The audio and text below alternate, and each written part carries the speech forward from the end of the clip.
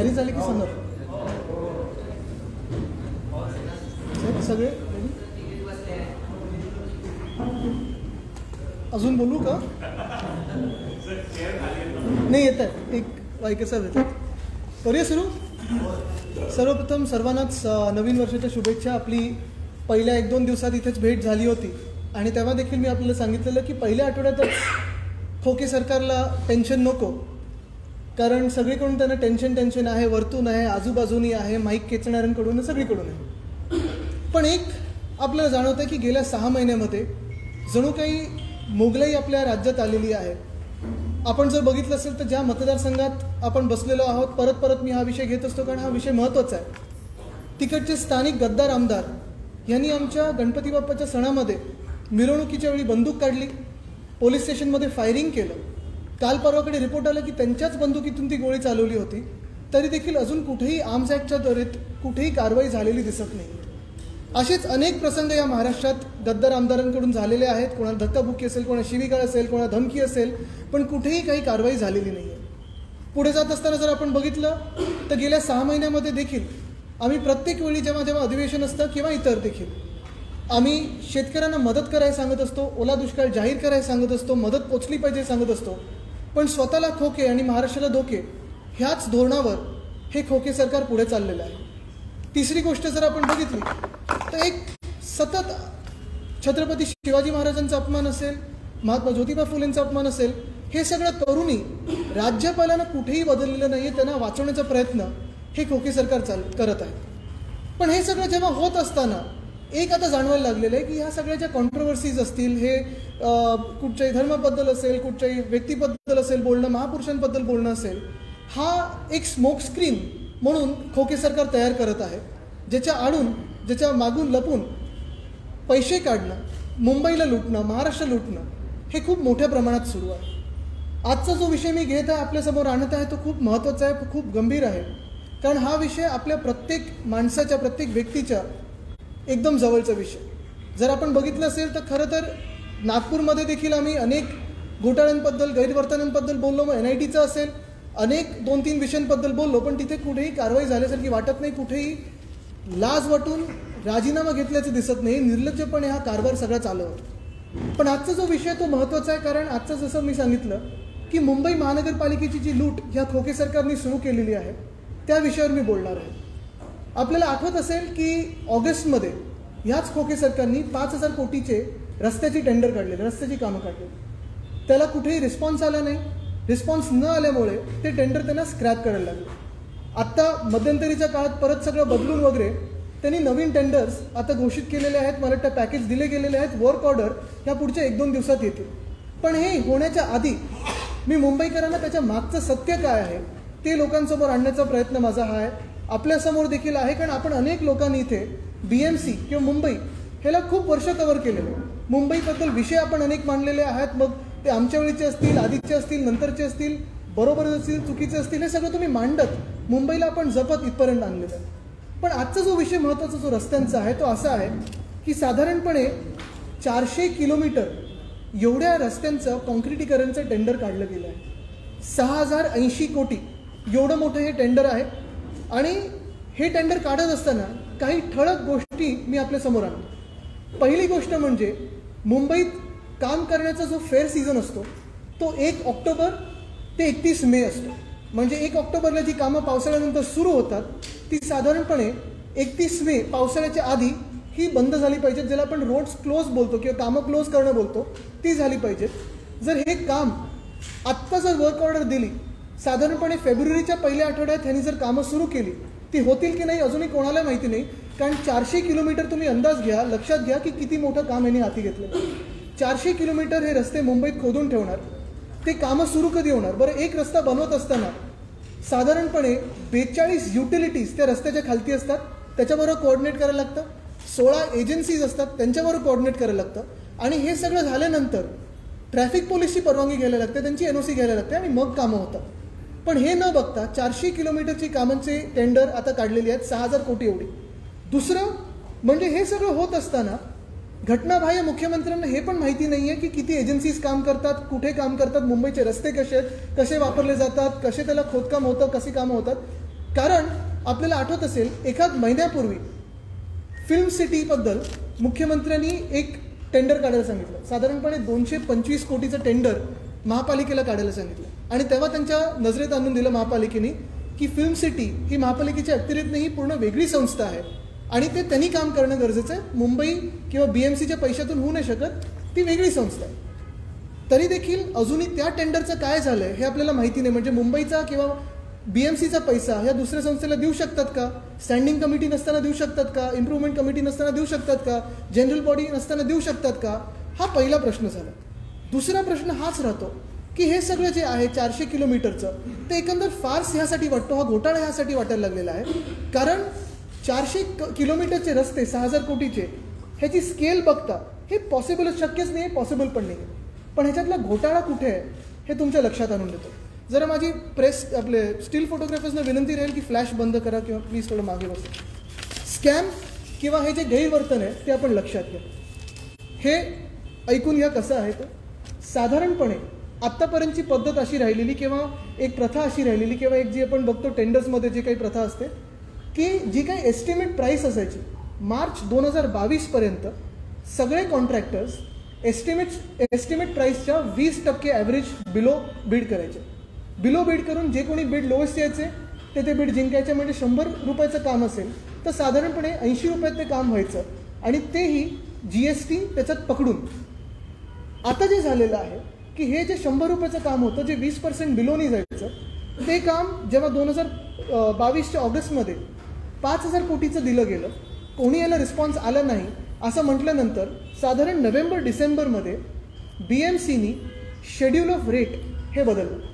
Schedule of rate काय असतं तर ह्याच्यात सगळ्या गोष्टी पकडल्या जातात. मग त्याच्यात पेट्रोल डिझेल असेल म्हणजे तुमचे वाहतुकीचा खर्च असेल, रेतीचा खर्च असेल, डांबरचा खर्च असेल, खडीचा खर्च असेल, सिमेंटचा असेल, स्टीलचं असेल, सगळं जे काही तुम्हाला व्हेरिएशन किंवा एस्केलेशन किंवा डिएस्केलेशन होऊ शकतं किंवा ज्या किमती बदलू शकतात किंवा वाढलेल्या किमती असतील त्या पकडून BMCनी शेड्यूल ऑफ रेट बदलल्यानंतर जी एस्टिमेट प्राईस होती ती 20%नी वाढली.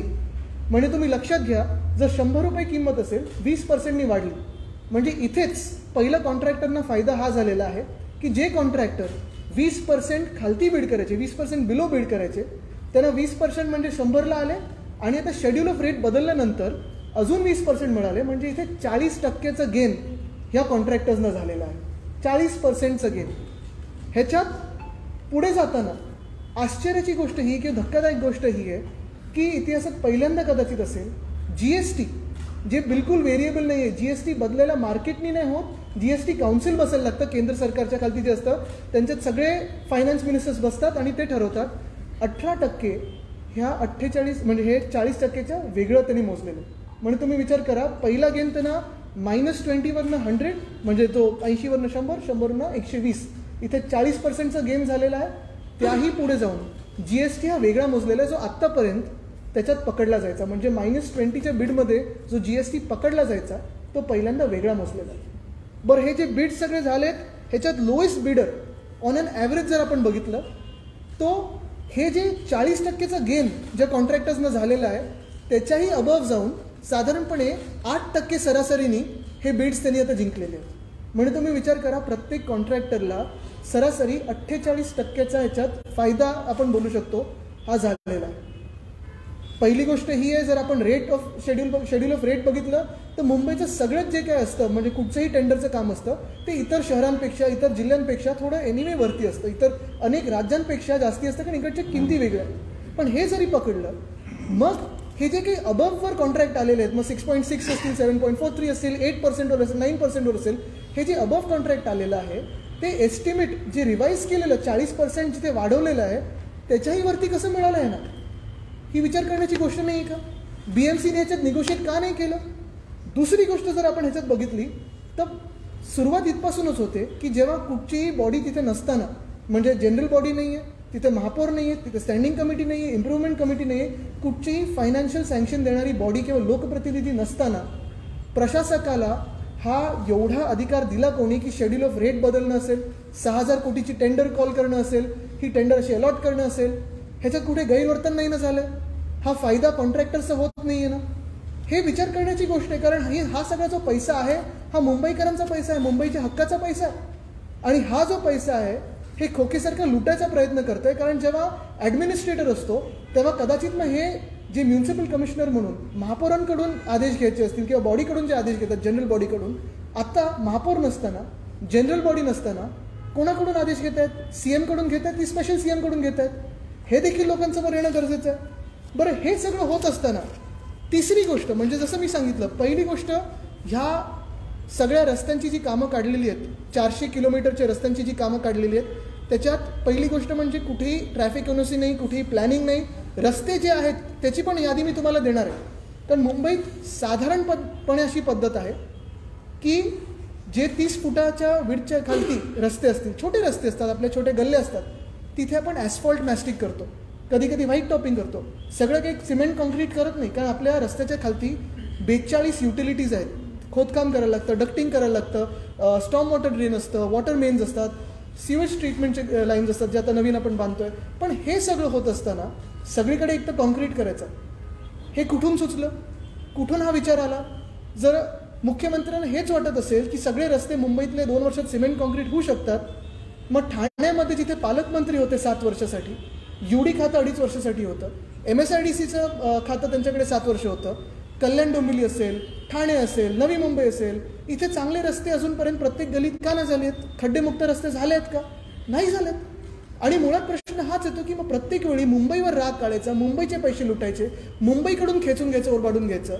कुठेतरी कर्तव्याला जागून आणि कर्तव्य बघून काम करणं की मुंबईची सेवा करतोय, महाराष्ट्राची सेवा करतोय, ही कुठेही मनात विचार न करता ही स्केल नुसतं वाढवलेली आहे. ब्रीफमध्ये सांगायचं तर 3 वर्षाचे टेंडर आणि 6 वर्षाचं काम हे 1 शॉटमध्ये करतात. आज कदाचित सिमेंट आणि स्टील ह्याची किमती वाढल्या असतील, ते शेड्यूल ऑफ रेटमध्ये वाढवलेलंच आहे. पुढच्या वर्षी जर कमी झाल्या तर डिएस्केलेशन होणार आहे का? व्हेरिएशन होणार आहे का? पैसे कॉन्ट्रॅक्टर परत देणार आहेत का? हा प्रश्न आणि ह्याची चौकशी कोण करणार? दुसरं जसं मी सांगितलं की एस्टिमेटच्या 20% खाली आत्तापर्यंत जे बीड करायचे ते आता 40% हाईक घेऊन एस्टिमेटच्या वरती 20% आणि त्याच्याही पुढे जाऊन 8% जास्ती घेतलेले आहे. पण सगळ्यात धक्कादायक आणि धोकादायक गोष्ट मुंबईसाठी ही आहे की कुठे ना कुठेतरी कार्टेल होत आहे का, हा एक प्रश्न आपण विचारणं गरजेचं आहे. कारण ह्याच्यात मोडस ऑपरेंडी ही राहिलेली आहे आणि आपण ही बारकाईने लक्षात घ्या. मोडस ऑपरेंडी ही राहिलेली आहे की 5 पॅकेट्स होते कामाचे, 5 पॅकेट ह्याच्यात जर आपलं बघायचं असेल तर पॅकेटचे पण इथे माझ्याकडे माहिती आहे की बघा, हे 5 पॅकेट, एक ईस्टर्न सबअबचं आहे, झोन 5, झोन 6, एक सिटीचं आहे, झोन 1, 2, मग पुढे जाऊन जर आपण बघितलं झोन 3, झोन 4 आणि ह्या सगळ्या गोष्टी, ह्या 5 पॅकेटमध्ये जर आपण बघितलं तर 5 पॅकेट जर कामं बघितली ह्याची तर बरोबर 5 कंपन्यांनी एक पॅकेट जिंकलेली. 5 कंपन्यांनी एक पॅकेट जिंकले. त्या कंपन्यांची माझ्याकडे नावं पण आहेत, पण ती नावं आत्ता मी डिस्क्लोज नाही करणार, ती जग जाहीर आहेत, पण मला ह्या प्रेस कॉन्फरन्समध्ये घ्यायची नाहीत. कारण ह्या कंपन्यांचा दोष नाही आहे कदाचित. ह्या कंपन्या मोठ्या आहेत, नॅशनल एक्सपिरियन्सवाल्या आहेत, चांगली कामं करत असतील, त्याच्याबद्दल कोणाचाच मनात शंका नाही. पण हे जे आहे हे ठरवून केलेलं आहे का? जर आपण बघितलं तर ह्या 5 रोडवे ज्या कंपन्या आहेत त्यांना सगळ्यांना नॅशनल एक्सपिरियन्स म्हणून ह्या टेंडरमध्ये क्वालिफाय केलं. 5 कंपन्या. बरं, प्रत्येक जो जिंकणारा पॅकेट आहे साधारणपणे 6 ते 8% मध्ये त्यांनी बीड केलं आहे. म्हणजे ओव्हर अँड अबव्ह 120%, जे एस्टिमेटच्या वरती 20% आहे त्याच्यावर साधारणपणे 6 ते 8%च्या वर बीड केलं. तो लोएस्ट बीडर आला, त्याला मिळालेलं. आता दुसरी गोष्ट ज्याच्यात इंटरेस्टिंग आहे, जे 4 कंपन्या दुसरे बीड्स हरलेले आहेत किंवा हे पर्टिक्युलर बीड हरले असतील त्या सगळ्यांनी 9 ते 13%मध्ये बीड केलं. म्हणजे एक कंपनी ए असेल, तिला एक टेंडर जिंकण्यासाठी 7% त्यांनी बीड केलेलं आहे. ते त्याला बीड मिळालं, ठीक आहे, चला योग्य आहे, कंपनीने जिंकले बीड, जिंका. पण बरोबर तीच कंपनी जर एक पॅकेटमध्ये 7%ला काम करू शकत असेल अबवला, दुसऱ्या ठिकाणी त्याला 13% भरायला लागतात. मग ते पण काम यांनी 7%मध्ये का नाही केलं? हे पण सेम काम आहे, सिमेंट कॉन्क्रीटचं, ते पण सिमेंट कॉन्क्रीटचं आहे. मग नक्की बदललं काय असं की एक कंपनी एकीकडे 7%ला करू शकते पण दुसरीकडे 13%, आणि दुसरी कंपनी जिथे ह्यांनी 13% भरलेत तिथे 6%नी करू शकते पण इथे 12% भरले. हे जे चित्र आहे ना, हे खूप घातक आहे मुंबईसाठी. म्हणजे हे सिस्टमॅटिक मुंबईची लूट चाललेली आहे आणि लूट रोखण्यासाठी पुढची पावलं आम्ही उचलणार आहोतच. पण आज आपल्या माध्यमातून मी जनतेला अपील करत आहे की डोळे उघडून हे खोके सरकार की इतर जे आपल्याला भांडणात आणि वादामध्ये व्यस्त ठेवलेले ते थोडं बाजूला ठेवून मला वाटतं ही जी लूटमार चालू आहे महाराष्ट्राची हे बघणं गरजेचं आहे. हे बघा इथे माझ्याकडे टेबल पण आहे. हे टेबल आहे, मी आपल्या सर्वांना देईन टेबल.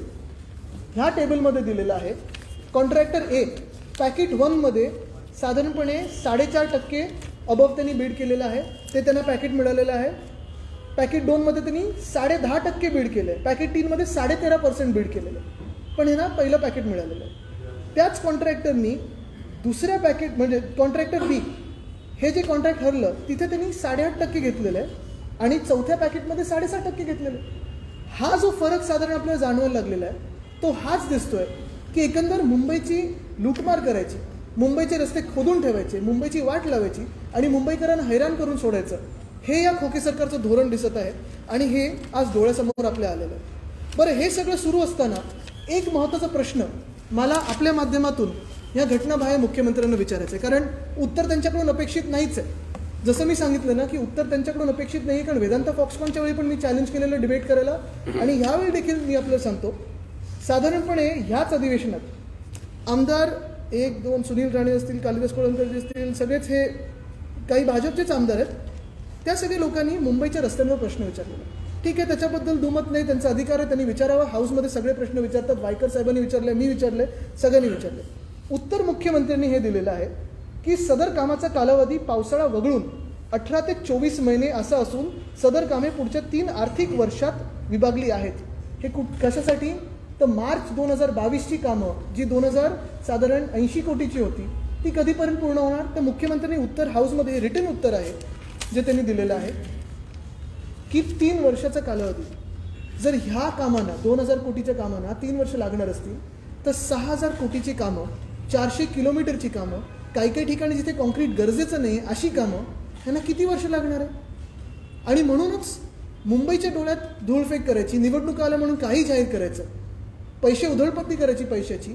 आपल्याला आठवत असेल की साधारणपणे 96-97मध्ये जेव्हा शिवसेना महापालिकेत मुंबई महानगरपालिकेत सत्तेवर आली तेव्हा मुंबई महानगरपालिकेचं बजेट हे डेफिसिटमध्ये होतं. 25 वर्ष काम करून मुंबईकरांचा पैसा जपून नीट वापरून मुंबईकरांना सोयीसुविधा तर दिल्याच, पण पहिल्यांदा आपण एवढं सरप्लसमध्ये आणलं की देशाचं लक्ष आज मुंबई महानगरपालिकेवर. आणि हा प्रत्येक पैसा आपण त्या व्हाईट बुकमध्ये दाखवला असतो, बजेटमध्ये दाखवला असतो. आपले FD आहेत, अशी जर कामं व्हायला लागली तर FD वायकर साहेब मला चुकीचं बोलत असेल तर करेक्ट करा, पण FD तोडायला लागेल. आणि जसं ठाणे महानगरपालिका असेल किंवा इतर काही महानगरपालिका डेफिसिटमध्ये आहेत तसं मुंबई हे पुढच्या काही वर्षांमध्ये ह्या खोके सरकारच्या नादाला लागली तर असं दिसेल. आणि म्हणून माझं म्हणणं हेच आहे की ही टेंडर पहिलं तर रिकॉल करणं गरजेची आहे, स्क्रॅप करणं गरजेची आहेत, कारण एवढा मोठा घोटाळा हा लोकांसमोर आलेला आहे. कदाचित ह्या खोके सरकारला घोटाळे करण्यात भीती वाटत नसेल, कारण आता जाब विचारायला कोणी नाही आहे, वरतून खालतून बाजूनी कोणी नाही आहे, पण जनता म्हणून आम्ही बघत आहोत आणि उत्तर त्यांना द्यायला लागेल. आज हे मी त्यांना सांगतो. ह्याच्यावर तुम्हाला काही प्रश्न असतील तर विचारा.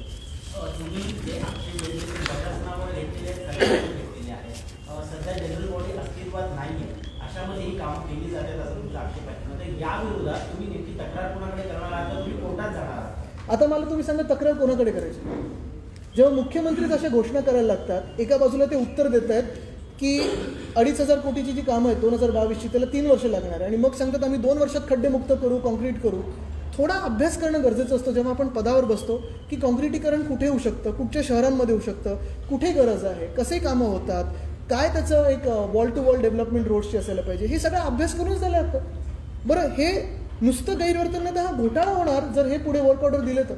हे लोकांसमोर आहे, ह्याच्यात किकबॅक्स मिळतात का कोणाला, कार्टलायझेशन होतं आहे का? बरं, हे सगळं करून नॅशनल एक्सपिरियन्सच्या कंपन्या आणून सबलेट करायला तुम्ही त्यांना मुभा दिली, म्हणजे तेच कॉन्ट्रॅक्टर परत येणार आणि तीच कामं करत राहणार. त्याच्यावर आम्ही विचार करणार, पण आता आपल्या माध्यमातून जनतेसमोर तर हे घोटाळे आम्ही नेतो.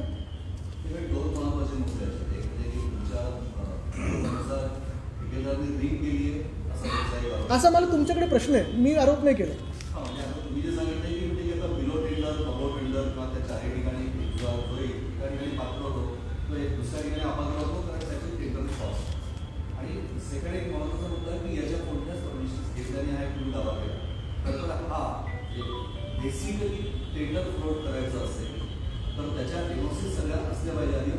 नाही नाही, तुम्हाला याच्यात थोडं सांगतो, कारण मी पण 2.5 वर्षात आम्ही जेव्हा रस्त्यांची NOCs वगैरे मी ट्रॅफिक पोलिसना सांगायचो तेव्हा असं होतं की रस्ते जेव्हा ठरतात तेव्हा त्याची गरज काय असते. काही काही रोड्स DLP असतात, काही काही ठिकाणी ॲस्फॉल्ट मॅस्टिक करतो आपण, काही काही ठिकाणी नुसतं व्हाईट टॉपिंग करतो, काही काही ठिकाणी पूर्ण सिमेंट कॉन्क्रीट खोदून करतो.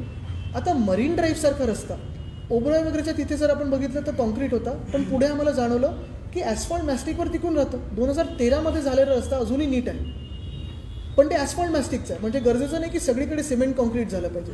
दुसरं म्हणजे 400 किलोमीटर जेव्हा आपण घेऊ रस्ते तेव्हा खरोखर ट्रॅफिक पोलीस याला NOC देईल का. कारण एकदा रस्ते ठरल्यानंतर वर्क ऑर्डर दिल्यानंतर हे NOCs येतात. पण 400 किलोमीटरसाठी ट्रॅफिक पोलिसांची परवानगी ह्याला 400 किलोमीटरसाठी मिळेल का. कारण आत्ता जर आपण बघितलं मेट्रोची कामं चालू आहेत, मोठ्या इन्फ्रास्ट्रक्चरची कामं चालू आहेत, 50 ते 100 मीटरचीच परवानगी आपल्याला ट्रॅफिक पोलीसकडून मिळते. ते प्रॅक्टिकल आहे, कारण मुंबईसारख्या शहरामध्ये ट्रॅफिक खूप असतं. माझा प्रश्न हा आहे की टेंडर पूर्ण करण्याच्या आधी NOC घेणं आवश्यक आहे की नाही. नाही, टेंडर झाल्यानंतर माझा मुद्दा हा येतो की एवढा सगळा विचार करणं हे एक गरजेचं आहे. दुसरं 400 किलोमीटरचे टेंडर म्हणजे तुम्ही 3 वर्षाचे टेंडर हे एका वर्षात काढतात, पण मुंबईला ATM सारखं वापरतात. तुम्ही आयुक्तांना पत्र सुद्धा लिहिलंय, जो प्रस्ताव प्रलंबित होता तो आता 6 महिने लेट झाला, त्या संदर्भात काय सांगाल. कारण आता त्याचं उद्घाटन नाही, ते चांगलं आहे. मी नुसतं त्यांना हे मला माहिती नव्हतं पंतप्रधान महोदय त्याचं उद्घाटन करतात. पण STPचा प्रश्न हा आहे की गेले 10 वर्ष NGT सुप्रीम कोर्ट ह्या चक्करमध्ये COD BOD किती असावा ह्याच्यावर अडकलेलं. साधारणपणे आमच्या काळात सगळं ते नीट झालं, मार्गी लागलं आणि भूमिपूजन बाकी होतं. पण ते बाकी होतं मागच्या जुलैमध्ये जेव्हा सरकार पडलं तेव्हा. आता साधारणपणे 6-7 महिन्यानंतर हे सरकारला आठवलं STP चांगलं. मी महालक्ष्मी रिसोर्टचा देखील प्रश्न उचलला होता. तुमचं असं म्हणणं आहे की मुलुंडला ते हलवलं जातं आणि ते प्रायव्हेट जागेमध्ये हलवलं जातं, त्याविषयी आहे. त्याच्यावर मी डॉक्युमेंट्ससह बोलणार आहे, पण जरा हा पहिला प्रश्न घेऊन मग त्याच्यावर नंतर पुढच्या प्रेस कॉन्फरन्समध्ये बोलू, कारण ते पण डॉक्युमेंट्स हातात आलेले.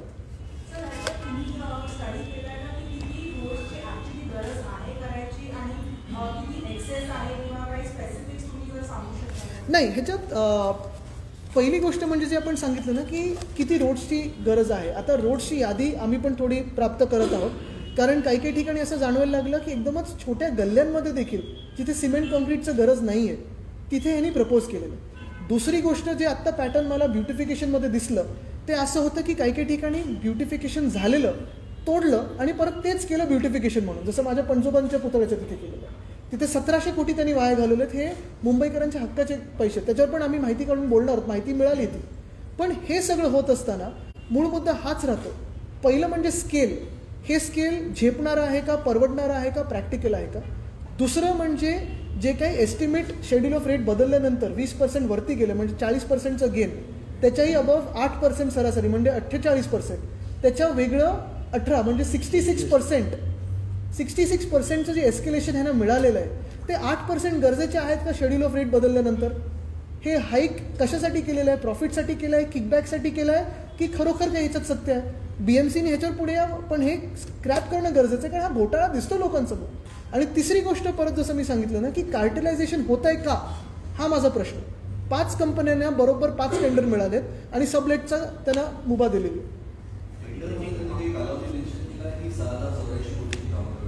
साधारणपणे मला वाटतं 2-3 वर्षाचा कालावधी आपण देत असतो, जसं मुख्यमंत्र्यांनीच उत्तर दिलेलं आहे. आता ह्या टेंडरमध्ये स्पेसिफिक बघायला लागेल.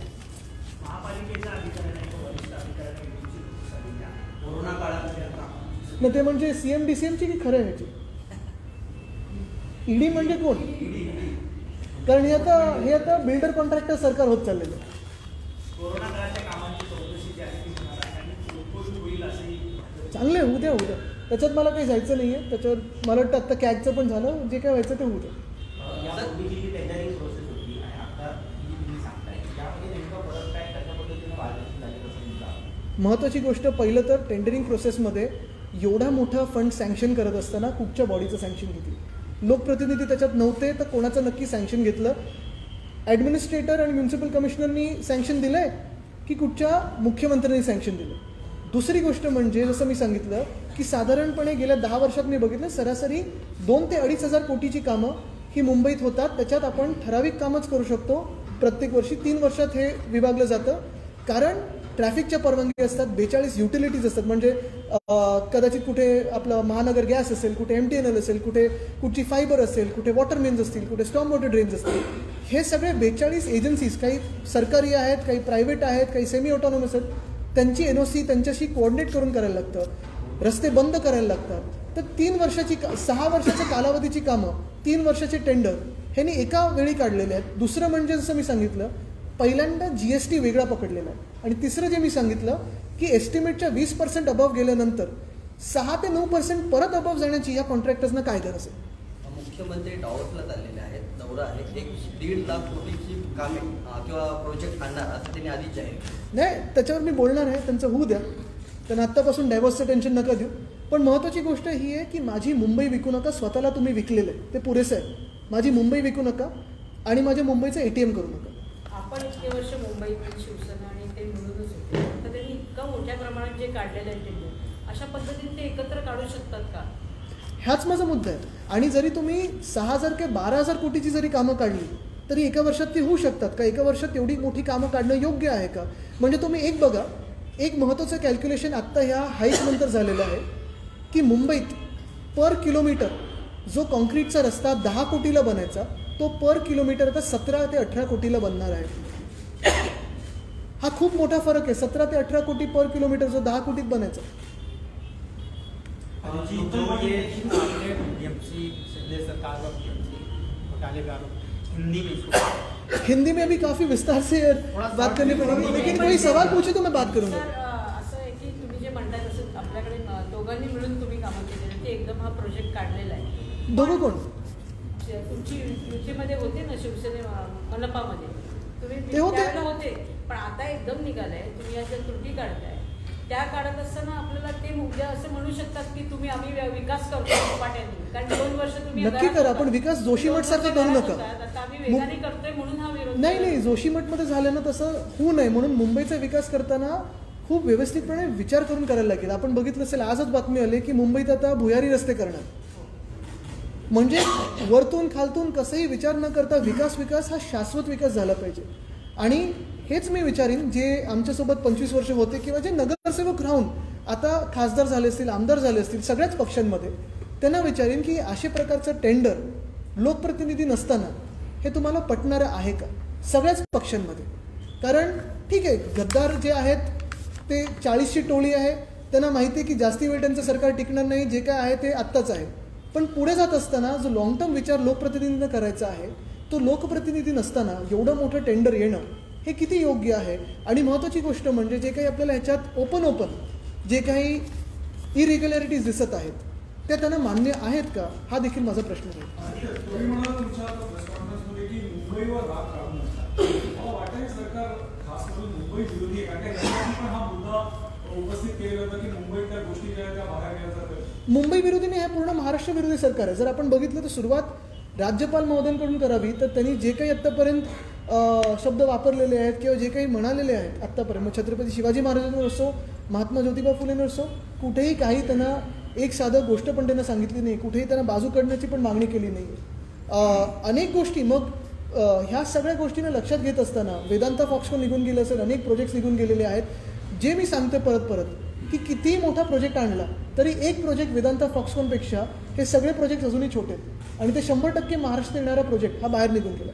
पण मुंबईचं बोलायचं झालं तर मुंबईला हे ATM म्हणून वापरतात आणि प्रॉब्लेम तिथेच होतो की हे सगळे लोक, कोणालाही मुंबईची आवड नाही, मुंबई आवडत नाही कोणाला, पण मुंबईत लूटमार करायची हे त्यांचं ध्येय आहे. आपण बघा, मंत्रिमंडळात देखील मुंबईवर प्रेम असणारं कोणी नाही. स्क्वेअर फूट हे ओळखणारे लोक आहेत, पण मुंबईचं इंच ओळखणारे लोक नाही आहेत. रोड के नाम पे ये कितने का टेंडर जो है था और क्या कितना घोटाला हुआ है इसमें? ये अगर आप देखें तो सबसे पहली बात यही होती है कि मुंबई में फेयर सीज़न जो होता है रास्तों के काम करने का, वो 31 अक्टूबर से 1 मई तक होता है. लेकिन अभी जो हो रहा है काम, शायद 1 फरवरी से काम शुरू हो सकता है. 400 किलोमीटर के लगभग इन्होंने टेंडर्स निकाले हैं, 6,000 करोड़ के टेंडर्स निकाले. ये टेंडर्स अगर आप देखें तो इसमें 2-3 चीज़ें अहम से प्रखर से आपको दिखाई देगी. पहले चीज़ यही है कि कोई भी लोक प्रतिनिधि न होते हुए प्रशासक इतने बड़े टेंडर्स इशू कर सकते हैं क्या, ये पहला सवाल होता है. दूसरा सवाल यही है कि 400 किलोमीटर के लगभग जो टेंडर्स है वो 400 किलोमीटर करने के लिए जो प्लानिंग लगती है, ट्रैफिक पुलिस की NOC लगती है, 42 यूटिलिटीज़ जो 42 यूटिलिटीज़ हमारे रास्तों के नीचे है, उनसे कोई कोऑपरेशन कोऑर्डिनेशन हुआ है क्या? क्योंकि मुंबई में काफ़ी सारे इंफ्रास्ट्रक्चर के काम शुरू है. MTHL है, वर्ली शिवड़ी कनेक्टर हो, कोस्टल रोड हो, मेट्रो के काम है, ये सब देखते हुए अगर आपको देखना है कि मुंबई में काम कितना हो सकता है किसी भी रास्ते पे, तो 50 से लेकर 100 मीटर तक हो सकता है। तीसरी चीज़ यही दिखाई दे रही है कि जो अभी बिड्स आए हैं, वो पहले तो बिड्स अभी तक जो देखा जाता था मार्च 2022 तक, वो सारे बिड्स एस्टीमेट के 18 से लेकर 20% बिलो आते थे। पहली बार ऐसे हुआ है कि ये बिड्स को रिवाइज, एस्टीमेट प्राइस को रिवाइज करके 20% से हाइक किया, यानी जो 100 रुपये अगर कीमत हो तो 120 पे लिए, तो 40% की तो हाइक कॉन्ट्रैक्टर को मिली। और जो कॉन्ट्रैक्टर्स बिड जीत रहे हैं, अगर आप देखें तो एवरेज 6% से लेके 8% की उस पर भी हाइक ली उन्होंने, यानी 48% की हाइक, और जीएसटी पहली बार अलग उसमें चार्ज किया है। तो ये किकबैक्स के लिए है, ये प्रॉफिट के लिए है, लेकिन मुंबई का पैसा है। अगर ये किकबैक्स के लिए हो या प्रॉफिट के लिए हो तो मुझे नहीं लगता ये मुनासिब है ये करना। ये बात ऐसी चल नहीं सकती मुंबई में, ये घोटाला है सरेआम। और आगे जाके अगर देखें तो 5 कंपनियों को 5 पैकेट के बराबर टेंडर लगे हैं, और जैसे बिडिंग हुआ है, कहीं ना कहीं रिंग बन रही है क्या, ये मेरा सवाल है। आरोप नहीं है लेकिन सवाल है। अगर आप देखें तो वैसे दिखाई देगा। 19 तारीख को तारखेला बाळासाहेब ठाकरे यांच्या तेलचित्राचं अनावरण होणार आहे. ते तेलचित्र बाहेर आलं होतं, त्याच्यावरती ठाकरे गटातील काहींनी आक्षेप घेतला. आपली काय त्याच्यावरती? नाही, मला वाटतं पहिलं गोष्ट हीच राहील, कारण माझे आजोबा हिंदू सम्राट बाळासाहेब ठाकरेंना देखील मुंबईत एवढंच प्रेमाची होती, आणि मुंबईत असं होणं हे चुकीचं राहील. खरं तर त्यांचे जे फोटो चोरून लावतात त्यांनी तरी असं करू नये ही माझी तरी इच्छा नाही.